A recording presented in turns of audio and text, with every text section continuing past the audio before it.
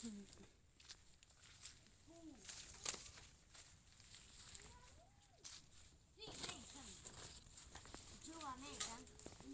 ดพอเที่ยงแล้วเนาะ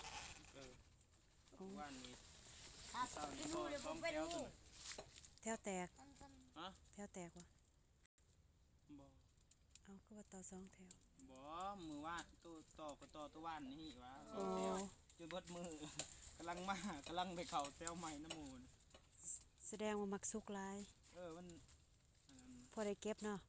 มันดกอยู่ทางกลางทางลุ่มอยากเป็นเนี่ยนี่อยากเป็นหมากนี่ตายพายมันเป็นหมากอยากโศกภัยมันเนาะว่านนี่พ่อแต่ต้นเขาใหม่ฮะพ่อแต่หมากอันนั้นหมากดำแม่นเอาตัวมันบ่มีใบจักดิเด้เอาตัวมันบ่มีใบจักดิมันก็มีแต่หมากดำมือนี้มาแน่เนาะบ่มีอันนั้นเนาะบ่มีหมากมันเนาะนี่ไก่เน่แถวนี้มันเสือดุกนี่แถวดกกระดกแถวบ่ดกกับบดกขณะเอาแต่ละแถวก็ตั้งโศกภัยมันผู้ใดอันนี้แน่กะได้ตัวดกผู้เดียวจันว่าสองแถวแถวเมียคอยเมียบ่ได้มาอ้าวลูกไข่ขึ้นโอ้เลยบ่ได้มาแสดงว่ารุดเนาะมื้อนี้7คนเนาะบ่มาเพิ่มผู้นึงลุงซ้ำเก่าเนาะบัดนี้ผู้ที่ซ้ำเก่ามื้อถ้าเมียเขามากับ8 9 10แล้วเนาะ10บ่เมื่อวานนี่9ดิ9บ่วันมื้อนี้ก็9ทีมงานใครแน่เลยได้มาเจ้ามาซอยนะ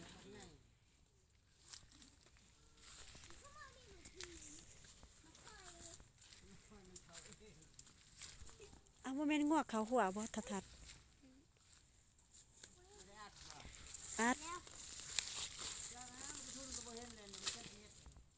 คักลือกกหมกพริกอันนี้บักใหญ่พายปืนแก๊บลูกใหญ่ยิ่งเลยบ้านนึงก็เตือนเบิดเลยยิ่งเลยว่าถืองัวจะคล้องเนาะงัวบ่ค่อยบ่อยู่ซ้ายนี่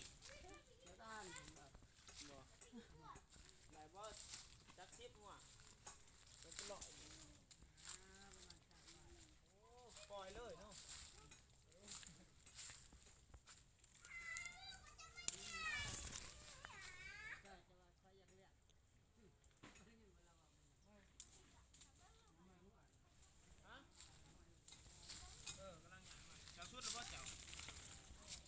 ป้า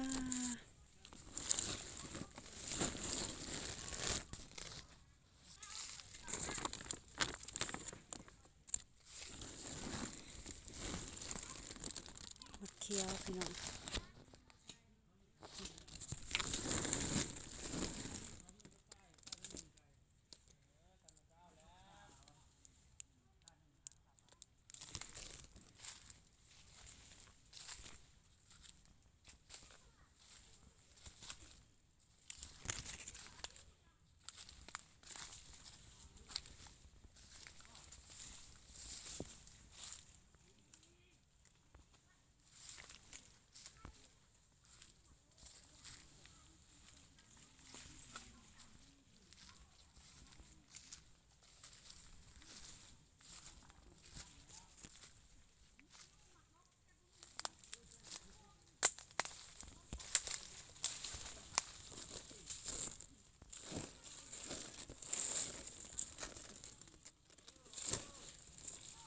จักแกงจักนี้สารพัด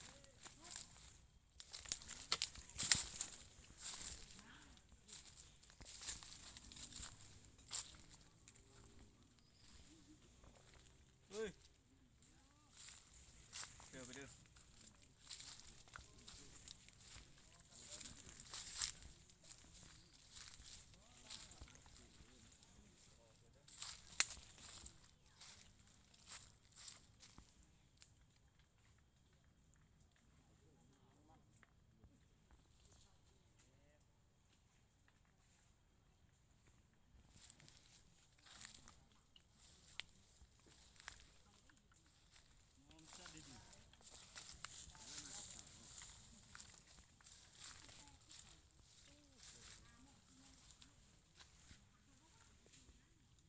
มาเคลียร์สนัดเนาะเอาในเด้อมาเคลียร์มันนี่เสียดาย น่าจะว่าโอ้ยเก็บใจเนาะ บ่นะมักแดงนี่จะเบิ่งนี่ในมือนี่มักเคี้ยวก็คงเจ้าเฮ็ดเฮียเฮ็ดสิได้ซะนะก็เอาแล้วนี่แฮง เข้ามาแล้ว นี่มี จะคล้องคนหนึ่ง มีแต่มักแดงนี่สิมักเคี้ยวจังได้เจ้าเฮ็ดเฮียบางกี้นี่ปลาเอื้อยยังบ่ได้เคลียร์เด้อค่ะแนมไปซื่อๆก็เห็นแหละ มันเมาอันนี้เลยเด้ เมาอีหยัง เรียกว่าเมื่อนะ เบิ่งตินี่ อืม แต่คงเจ้าเฮ็ดเฮียได้มันบ่แม่นตัวเก่า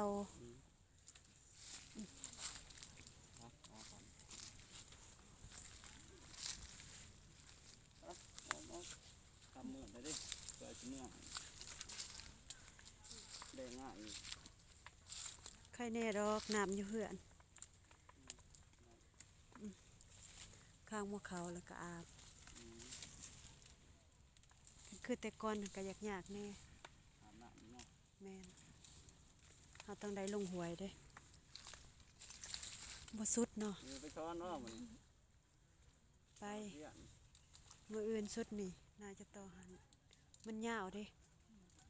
จะมีใหญ่แล้ว ได้ มา จะซองแถวมื้อนี่ ฮะ จะไป เรา ช้อน ได้ แถว จะ ได้ ซองแถวมื้อนี่ บ่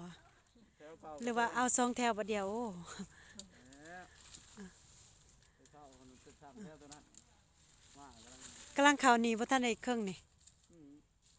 ครึ่งแล้วนี่ ตรงว่า อยู่นี่มันสิยาวยาวแถวนี้แล้วยาวอีหลี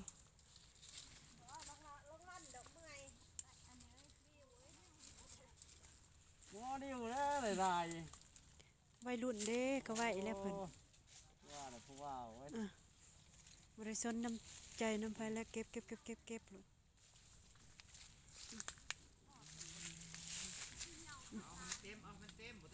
อันเด็กตอนนั้นมีงาน1 5นั่นกก นี่เหรอ บ่ดีแต่ว่ามักสุกหันบ่ให้ป้าเอาเมดว่าซั่นนี่เออ โอ้โห นี่เด้เอาป้าแต่มักเขียวงามๆแม่นเฮาตาลายแล้วมีแต่ว่าเฮาแนบเบิ่งขึ้นเห็นเฮาก็เอาอีก ยอมภาพว่าตัวนี้ใกล้มันบ่เห็นจำได้ มันบ่เห็น แล้ว ดอก เฮาเดียวเฮาชื่อยืนได้เนาะ แต่เฮาเห็นเฮาก็กลับไปเอาไม้